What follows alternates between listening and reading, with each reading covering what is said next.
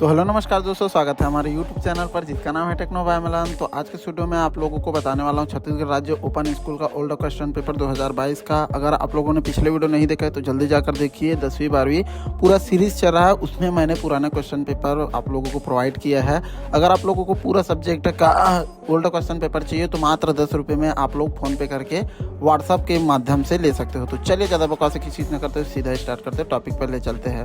तो यहाँ पर देख सकते हो पीडीएफ है। पीडीएफ वीडियो के डिस्क्रिप्शन में मैं आप लोगों को प्रोवाइड कर दूंगा व्हाट्सअप नंबर के माध्यम से। तो यहाँ पर देख लेना है। विषय है गृह विज्ञान, सब्जेक्ट होम साइंस। तो यहाँ पर 3 घंटे आप लोगों को मिलेगा। 75 नंबर का सवाल होगा और सभी प्रश्न हल करना अनिवार्य है। यहाँ पर इंस्ट्रक्शन यानी कि निर्देश आप लोगों को अच्छे से रीड कर लेना है कि इसी में बताया जाता है कि किस खंड में क्या है और कितने नंबर का सवाल है, कितने नंबर और कितने शब्दों में आप लोगों को लिखना है। सबसे पहले प्रश्न क्रमांक 1 में 3 खंड है। खंड अ बहुविकल्पित प्रश्न, खंड ब रिक्त स्थान भरो तथा खंड स सत्य सत्य प्रश्न। प्रत्येक प्रश्न पर 1 अंक आवंटित है।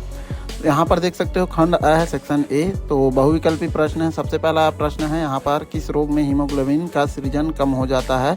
स्कर्वी है, एनीमिया है, घेंगा है, रतौंधी है, कौन सा है आप लोगों को बताना है। सही आंसर आप लोगों को बताने पर 1 नंबर यहाँ पर मिलेगा। ठीक है।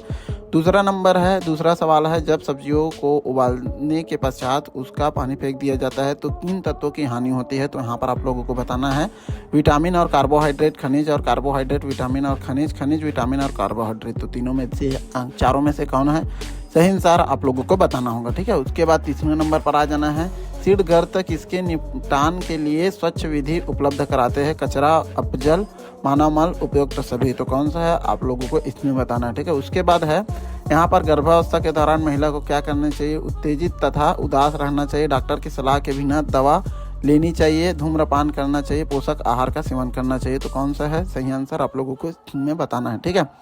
उसके बाद 5वें नंबर पर है, मिलावटी हल्दी पाउडर खरीदने के बचने के लिए आप एक मार्क वाले हल्दी पाउडर को खरीदेंगे, प्रसिद्ध ब्रांड के हल्दी पाउडर को खरीदेंगे, सीलबंद पैकेट खरीदेंगे, खड़े मसाले खरीदकर उन्हें घर पर पिसवाएंगे। तो यहाँ कौन सा सही आंसर है उसको आप लोगों को बताना है। खंड अ कंप्लीट होने के बाद खंड ब में आ जाना है। यहाँ पर रिक्त स्थान की पूर्ति करना है, फिलिंग द ब्लैंक्स।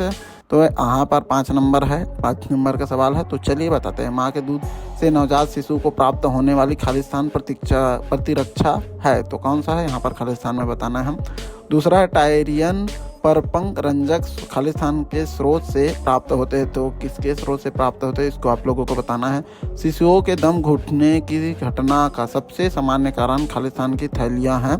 तो कौन सा है इसको आप लोगों को बताना है। ठीक है। उसके बाद यहाँ पर है, बच्चों की आवश्यकताओं के संबंध में खालिस्तान के माध्यम से अपने बुजुर्गों के साथ संप्रेषण कर सकते हैं। तो क्या है इसको आप लोगों को बताना है।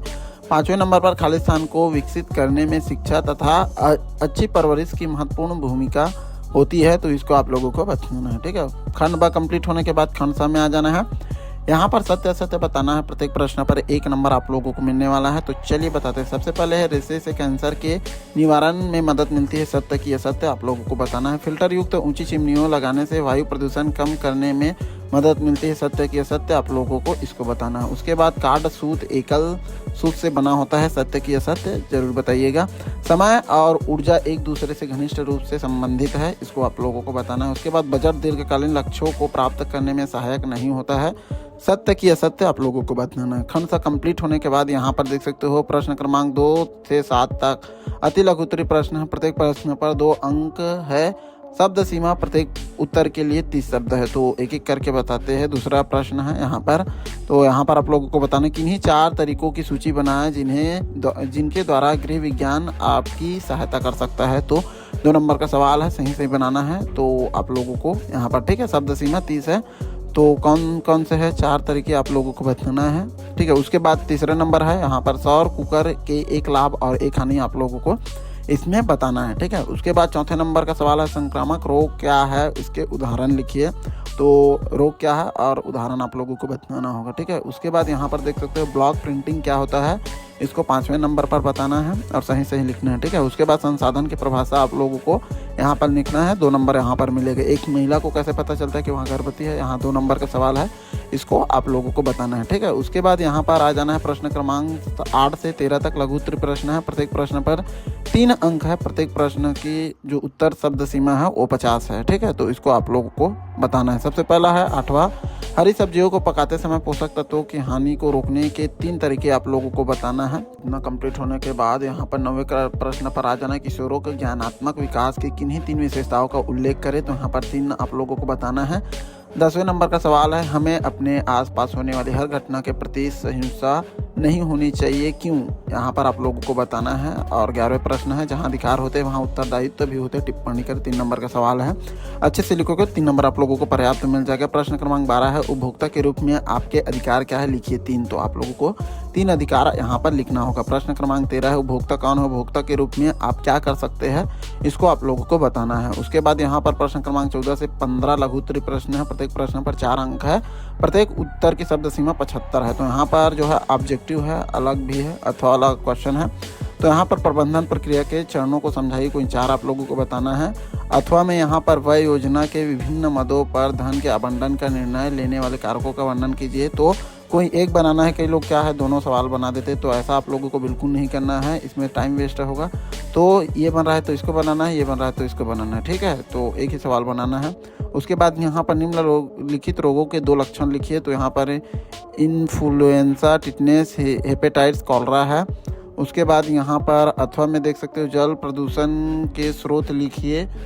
उसके बाद यहाँ पर प्रश्न क्रमांक 16 से 17 दीर्घ उत्तरीय प्रश्न है। प्रत्येक प्रश्न पर 5 अंक है और प्रत्येक उत्तर शब्द सीमा 150 शब्द है। तो यहाँ पर 16वें नंबर पर संयुक्त परिवार क्या है, विभिन्न प्रकार के पेरेंटिंग स्टाइलों को लिखिए। तो 5 नंबर का सवाल बनाना है।